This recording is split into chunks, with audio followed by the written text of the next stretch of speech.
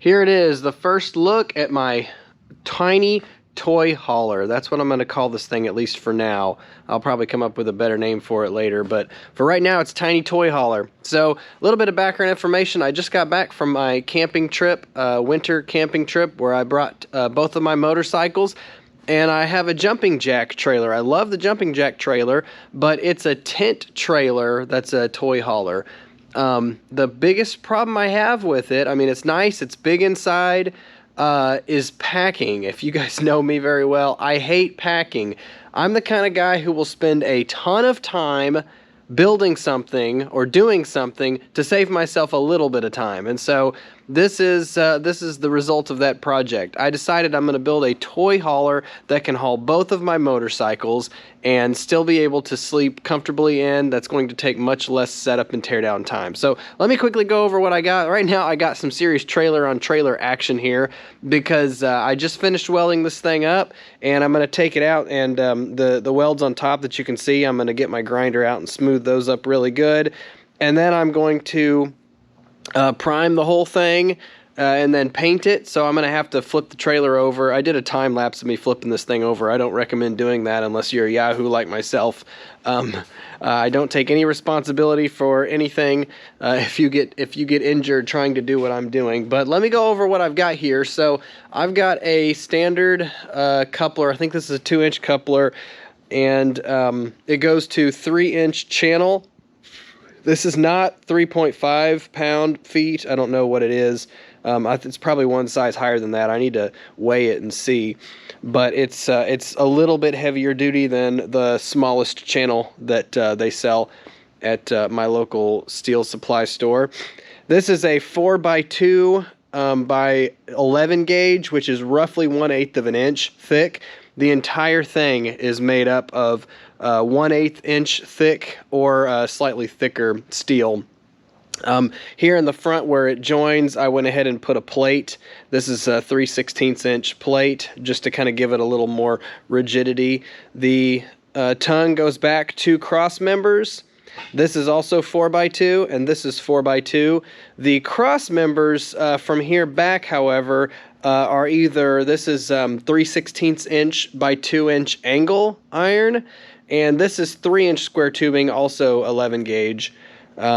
And so the cross members, that you kind of, it seems a little odd the way I've spaced them, but let me explain. So this whole front section from here to here is going to be the front basket or toy hauler, so I can store my coolers or whatever I have, or if I'm going to ride, my motorcycle will go sideways right here, long ways. The reason I went with 3-inch right here was because this is where the toy hauler, or I'm sorry, the camper section will begin. So I had to put 2 here because they can't overlap.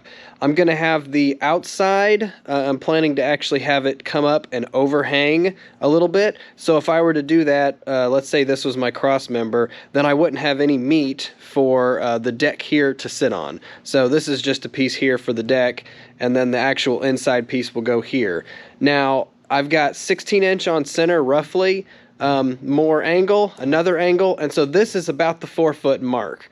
So what I did was I went ahead and used another 3-inch square tubing so that my 2 pieces can butt up together, and I can have screws on both sides of the flooring that goes down.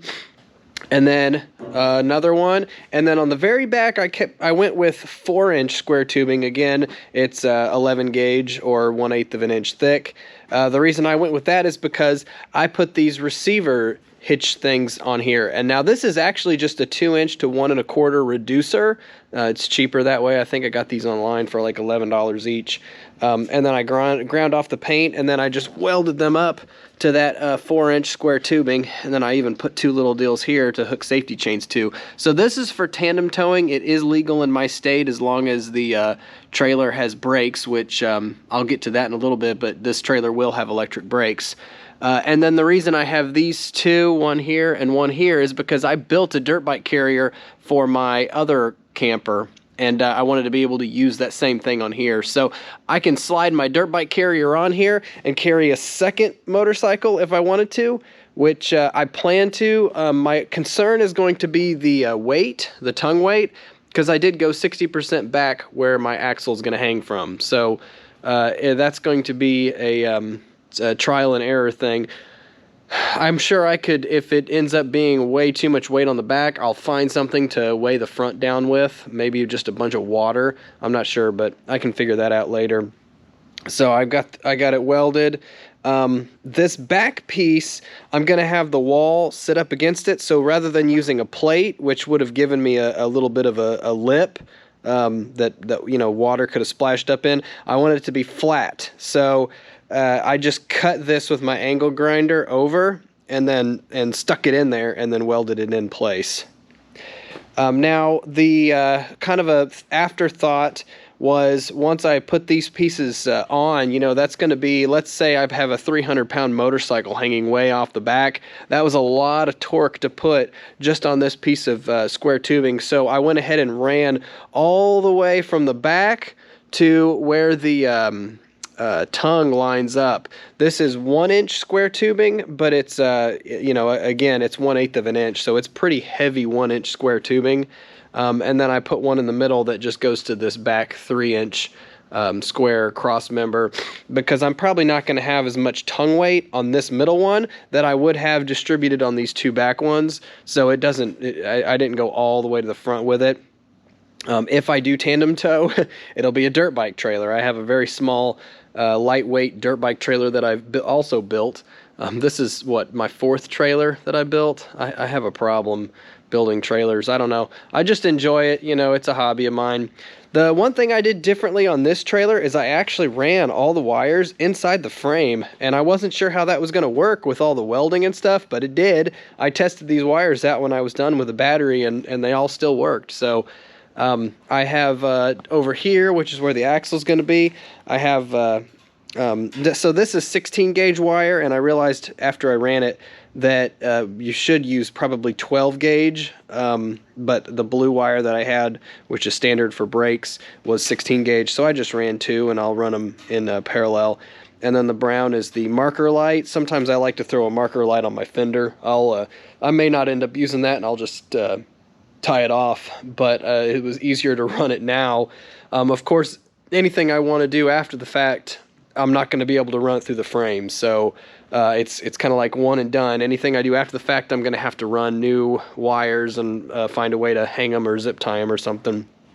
I got my 4-pin adapter back here that I'm going to just have it, I'm going to put something to support it, and it'll just hang down for whenever I do tandem tow.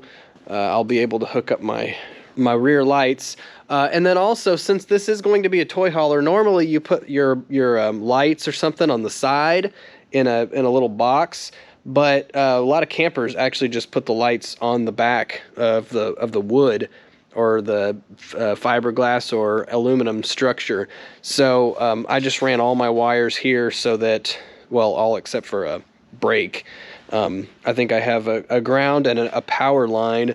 So this will all go inside my camper, and we can go over details of how I'm going to do the electrical later, probably in a different video. So the other thing I want to point out is I've got these. This is 14 gauge. This is the one thing I kind of skimped on, but it's fine because I'm going to put a window AC unit in here, and I needed to frame it up. So more on that when I get to it, but just kind of as to why that piece was there. Now the axle I got over here, this is a TK brand. I ordered it on eBay, and they ship out of Madisonville, Texas, which is not too far from where I'm at. So the shipping's free. I don't remember what I paid for it. I'll have to look it up. But the prices of this kind of stuff is kind of outrageous now because it seems like everything's up. Steel is probably 3 times more expensive than whenever a couple years back when I did a lot of these projects. But this is a 3,500 pound axle, braking axle, so it's got electric brakes built in, and let me show you kind of how that works. You get basically one of these is going to be positive, the other is going to be negative, so you bolt one to your frame, and then the other one gets the blue line, and then going through the axle they run that wire already, so it's coming out of the axle already wired up, so you really only have to wire one side. And then I bought, when I ordered this axle, I got the whole kit. So I got a hanger kit, the U-bolts, the springs, and then this little piece. I'll kind of show you as I get to that how that all works. But anyway, I got this taped up because I'm getting ready to grind all that off and take it out and weld, or take it out and paint. Now it's dark right now, so I'm not going to be able to get to it tonight. But you know, if you want to check out my welds, I'm quite proud of these welds, how they've come out. I'm not a professional welder by any means. I am a hobby shop welder, but I have so much trigger time. I've built so many things that I feel like I'm getting pretty good at it. So this is the hanger kit. Oh wait, there and then there. So why is it on this trailer, you might ask? Well, that's an easy way to get it outside, so whenever I grind and paint, I don't have to do all that inside this shop and get my nice shop all messy. So I can do that out in the yard and then let it sit out in the sun and bake. Make sure you leave me a comment if you've ever built a camper. A lot of resources I've been researching have been teardrop campers, and because a lot of the stuff seems really similar. Oh, one quick thing I forgot to mention, the overall dimensions.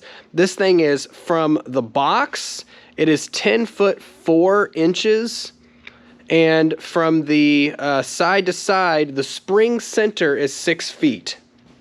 I'm sorry, the inside diameter is 6 feet. So this piece is 6 foot long, the cross members. So you're actually 6 foot 4 inches once you add the 2 inches from this side and the 2 inches from that side.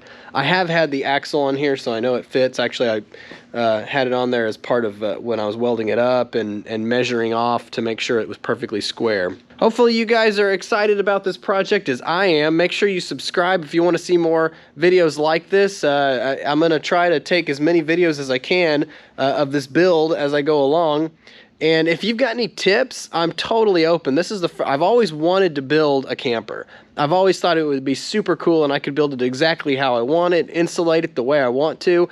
But it's my first time, and there's a lot of people out there that do this kind of stuff that probably know way more than I do. Leave your comments and let me know what you're doing, and I will definitely read those. Thanks for watching.